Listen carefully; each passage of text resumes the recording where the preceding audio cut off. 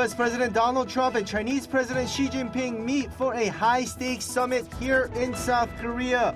We have the latest from the first meeting of the two leaders since Trump began his second term. President Lee Jae-myung and U.S. President Donald Trump meet in Gyeongju for a summit as Trump visits for APEC. Two big announcements: the trade deal closed and a nuclear power submarine. The U.S. Fed cuts the interest rate by a quarter percentage point. The decision, however, was not unanimous, and a further reduction in December is uncertain.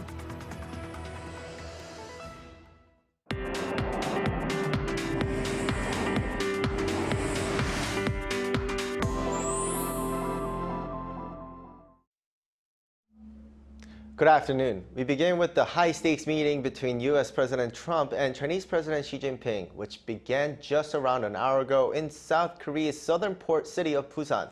For more on this, we go straight to our Kim Bo-kyung, who is on the line with us. Bo-kyung, how is it unfolding? Well, Priyan, the meeting between the two leaders began at 11 a.m. today. It is taking place at Daemaru facility, located within the Republic of Korea Air Force Base at Gimhae International Airport, which has recently been remodeled. Chinese President Xi Jinping, who is visiting South Korea for the first time since July 2014, landed at the airport around 10 minutes before the summit started, while Trump arrived at the Daemaru facility before him after departing from the Hilton Hotel in Gyeongju at around 9:35 a.m.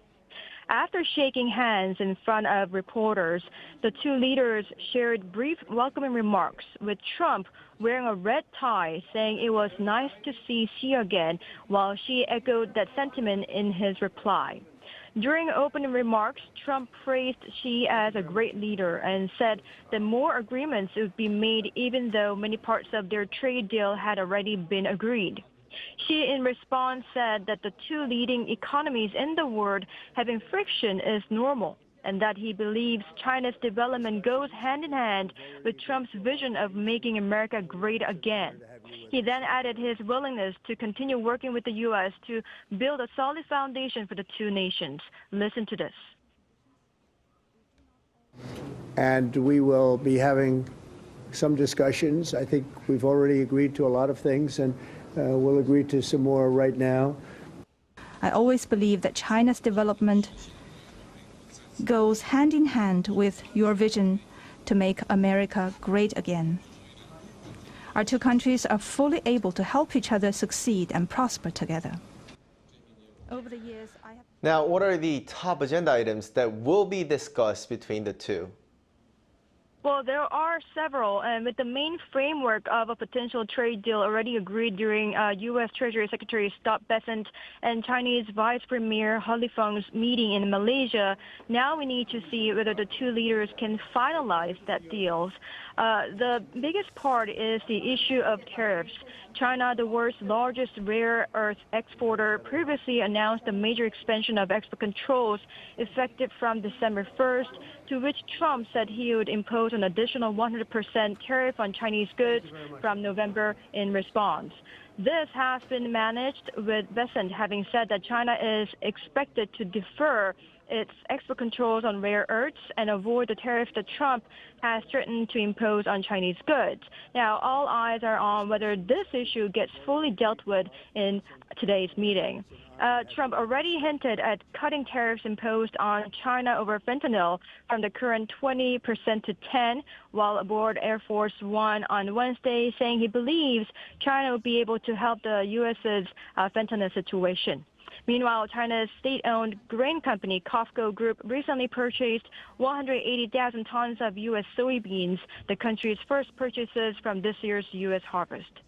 Possible agenda items could also include easing U.S. export controls on software to China and a coordinated reduction or withdrawal of the hefty port entry fees that both countries have imposed on each other's shipbuilding and trade industries. Well, this is all from me for now. Back to you, Doyeon. Thank you, Bo-kyung. Do keep us updated. Now, in light of APEC in Gyeongju, a summit between President Lee Jae-myung and U.S. President Donald Trump on Wednesday resulted in a trade deal. Korea will make investments worth $200 billion in cash in return for lower U.S. tariffs on cars. This comes after 3 months of negotiations. Our senior presidential office correspondent Yoon reports from Gyeongju. After the second summit between Presidents Lee Jae-myung and Donald Trump in just 2 months, a trade deal has been announced. It's a deal. We did a lot of different things. We had a great session. The two leaders met in Gyeongju on Wednesday for about an hour and a half, followed by a special dinner. Among the $350 billion investment package from South Korea, $200 billion will be in cash, and the amount that Seoul pays will be capped at $20 billion a year. The investments will be made in dollars in accordance with business progress, so they will remain within a range that South Korea's foreign exchange market can withstand. Similar to the deal the U.S. made with Japan earlier, profits generated from Korean investments will be equally shared with the U.S. until the initial investment is recouped. The remaining $150 billion will be dedicated to cooperation for shipbuilding. 대미 투자 확대를 통해서 또 대미 구매 확대를 통해서 미국의 제조업 부흥을 지원하고 조선 협력도 적극적으로 해 나가도록 하겠습니다. As a result, the U.S. tariffs on South Korean cars will be lowered from 25% to 15%. The U.S. reciprocal tariffs will stay at 15%. Pharmaceutical and lumber items will be granted most favored nation treatment, and airplane parts and generic drugs will be free from tariffs. For Korea, there will be no additional opening of the market in the agricultural sector, such as rice and beef, given the sensitivity of the matter. The announcement came as a surprise, with not many expecting the outcome this time, following the nearly 3-month-long tug-of-war trade talks. Eyes are now on when the tariffs will be actually lowered. Yoon, Arirang News, Gyeongju. Now, following that, businesses in South Korea have welcomed the trade agreement with the U.S., calling it a major diplomatic and economic achievement. The Federation of Korean Industries said in a statement on Thursday that a deal reaffirms the two nations' shared principle of mutual benefit and prosperity. Businesses also praised measures to minimize the financial impact on Korea's foreign exchange market, saying it would help stabilize the economy. They expressed hopes that the agreement will further expand industrial cooperation and investment in strategic sectors like advanced technology, shipbuilding, and energy. Security was another major focus of the summit between Presidents Lee Jae-myung and Donald Trump in Gyeongju.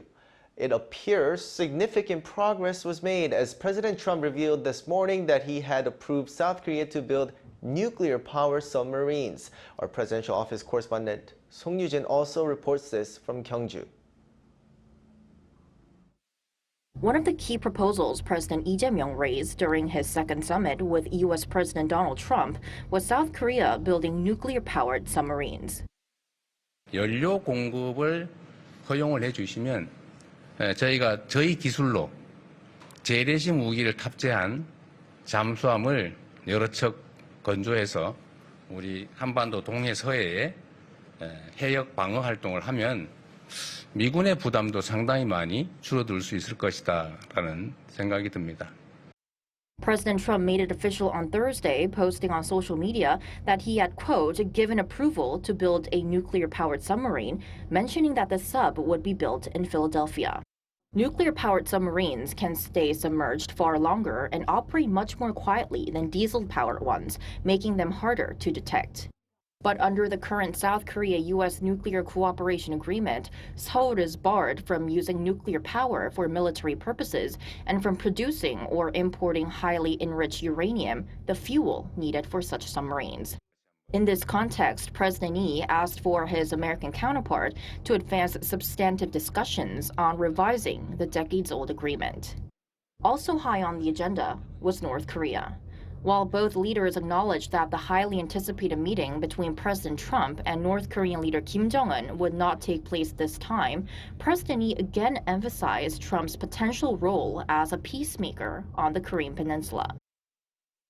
대통령께서 김정은 위원장과의 회담을 요청을 하고 언제든지 받아들일 수 있다라고 말씀하신 것은 그 자체만으로도 이 한반도에 상당한 평화의 온기를 만들어내는 것이기도 합니다. And I know you are officially at war, but we will see what we can do to get that all straightened out. I know Kim Jong-un very well. We get along very well.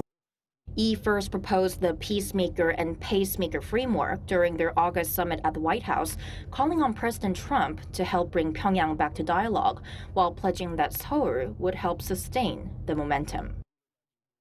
South Korea's presidential office says the results of the summit, including key points from the security talks, will be released as a fact sheet. Attention now turns to what tangible results the summit will deliver, as the government has been stressing a mutually beneficial agreement that protects national interests. 송유진, Arirang News, Gyeongju.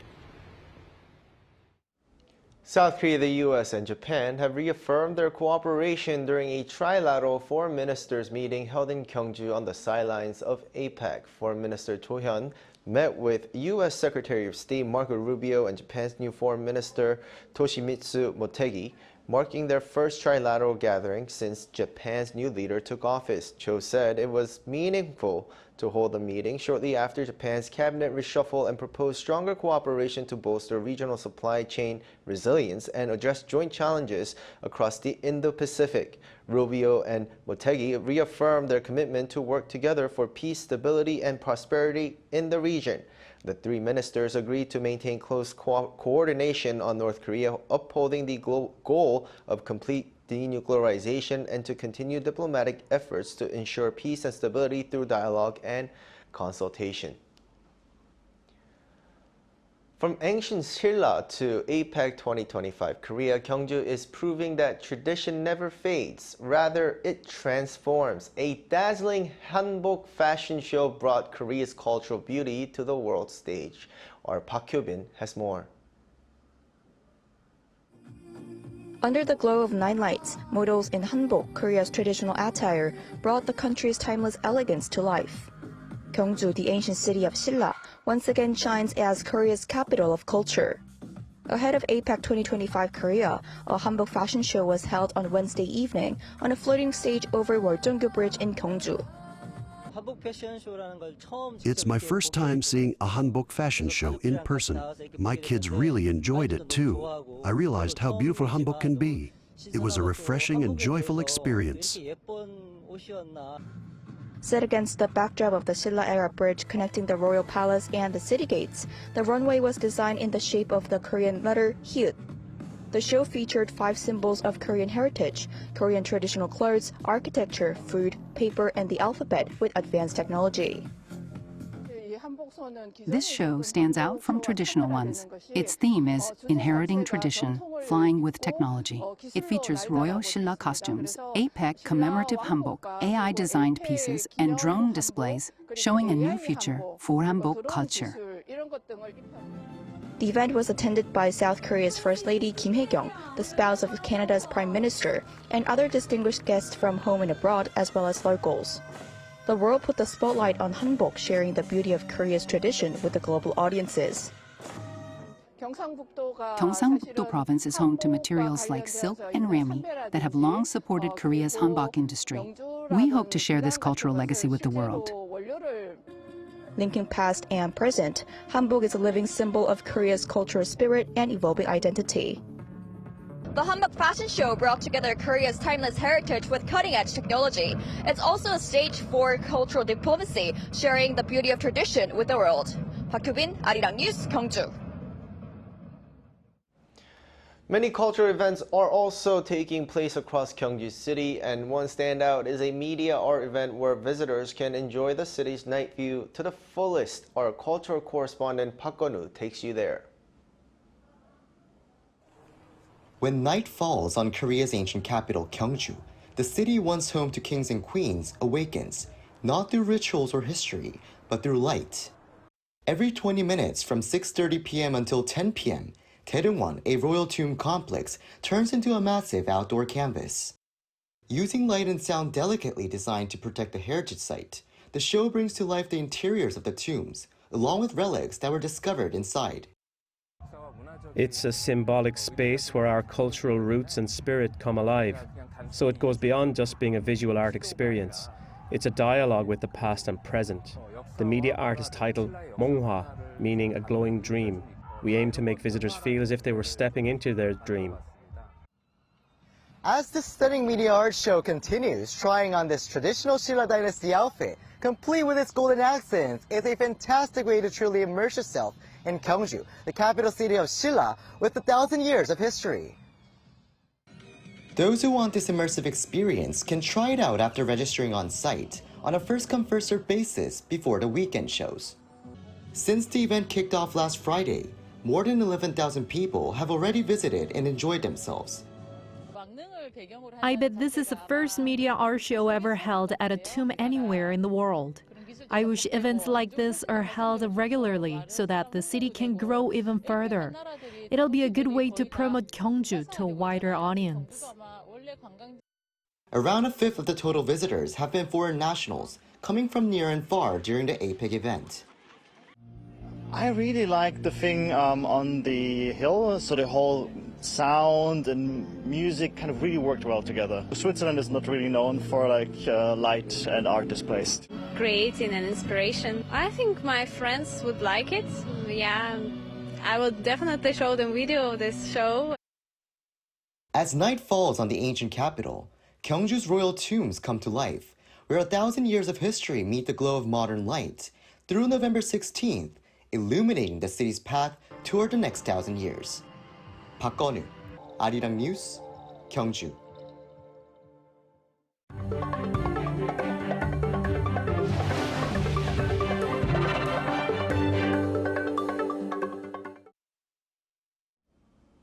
The U.S. Federal Reserve announced a 25 basis point interest rate cut on Wednesday despite a divided decision among policymakers. Fed Chairman Jerome Powell also stressed that a further reduction in the policy rate at the December meeting is uncertain. Our Lee Seung-jae has more. The U.S. Federal Reserve announced a quarter-point interest rate cut on Wednesday, marking a divided decision among policymakers. The move lowers the federal funds rate to a range of 3.75 to 4.00% and comes as the central bank works to ease concerns over tightening liquidity in money markets. Today, the Federal Open Market Committee decided to lower our policy interest rate by a quarter percentage point. However, with a 10-2 vote, the decision was not unanimous. Two members dissented, Governor Stephen Moran, who pushed for a larger reduction to support slowing growth, and Kansas City Fed President Jeffrey Schmidt, who opposed any cut, citing ongoing inflation risks. The split highlights growing divisions within the central bank as it navigates an uncertain economic outlook. Speaking after the meeting, U.S. Federal Reserve Chair Jerome Powell acknowledged the sharp differences within the committee. He cautioned that while some members favor additional easing, others want to pause. The Fed chair also noted that another rate cut in December is still uncertain. In the committee's discussions at this meeting, there were strongly differing views about how to proceed in December. A further reduction in the policy rate at the December meeting is not a foregone conclusion. Far from it. Policy is not on a preset course. With the Bank of Korea freezing its rates earlier this month, the gap between the two central banks' rates now stands at 1.25 to 1.50%. Lee Seung-jae, Arirang News. Former President Yoon Suk-yeol has appeared at his ongoing insurrection trial on Thursday, marking his first courtroom appearance in nearly 4 months. Yoon has been in detention since July on charges of leading an insurrection and abusing power over his failed attempt to impose martial law last December. He previously attended a separate trial in September related to the same case and a hearing on his bail request. At Thursday's session, former Army Special Warfare Commander Kwak Jong-gun is scheduled to testify. Kwak has claimed that Yoon ordered him to forcibly remove lawmakers from the National Assembly during the brief martial law period.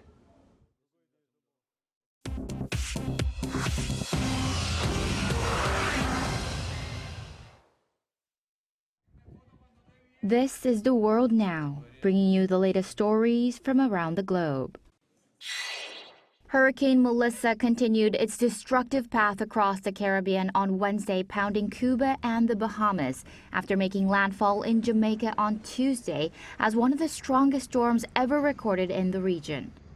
Officials report at least 23 deaths in Haiti, 8 in Jamaica, and 1 in the Dominican Republic as flooding and landslides devastate communities.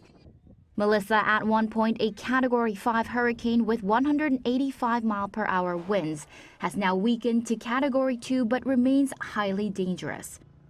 The U.S. National Hurricane Center warns of storm surges of up to 7 feet and flooding across southeastern Cuba and the Bahamas.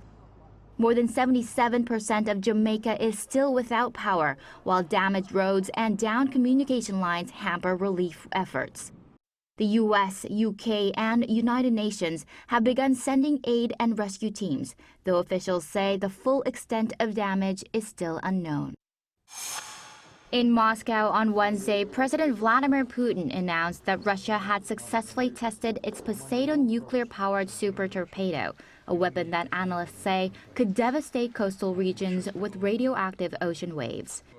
Putin said the test took place on Tuesday, confirming the torpedo was launched from a submarine and that its nuclear propulsion system was activated for the first time. Talking to wounded soldiers at a Moscow hospital, Putin said that, quote, "there is nothing like this," boasting the Poseidon cannot be intercepted and can travel about 10,000 kilometers at speeds near 185 kilometers per hour. The test follows Russia's Burevestnik missile launch last week. Arms experts say Poseidon breaks traditional deterrence norms, carrying an estimated 2 megaton warhead capable of triggering massive underwater explosions. France's Senate approved a landmark bill adding consent to the country's rape law on Wednesday. Lawmakers say the move closes long criticized legal gaps exposed by a high-profile sexual assault case.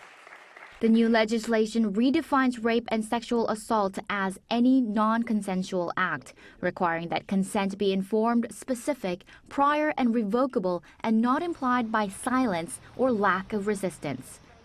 The bill still requires President Emmanuel Macron's signature before becoming law.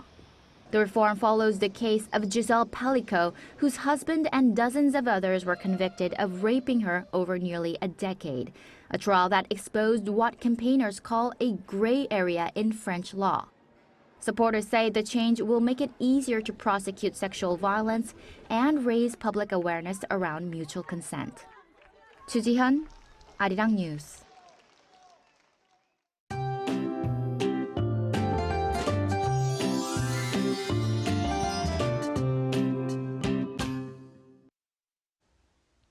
Today we are finally settling into a classic late autumn day, but we surely needed to wear a warm jacket on the way out this morning. Temperatures will warm up by about 10 degrees or even more, making for a pleasant and crisp afternoon. But remember to regulate your body temperature with outer layers. Gyeongju, where the APEC summit is taking place, had a chilly start to the day, but it is warming up nicely. And that warming trend should continue through Saturday under a fair amount of sunshine. And this afternoon, most areas will warm up to nearly 20 degrees Celsius with more clouds rolling in for the southern parts of Korea. Seoul, Daejeon, Daegu will be topping out at 18 degrees, Busan, Jeju at 21 degrees. Now, the weather will hold steady through the weekend, giving us beautiful late autumn conditions. Meanwhile, rain is forecast to return late tomorrow night into Saturday morning for the central region, Jeollado, and Jeju Island. And that's going to bring another batch of cold air to the country early next week.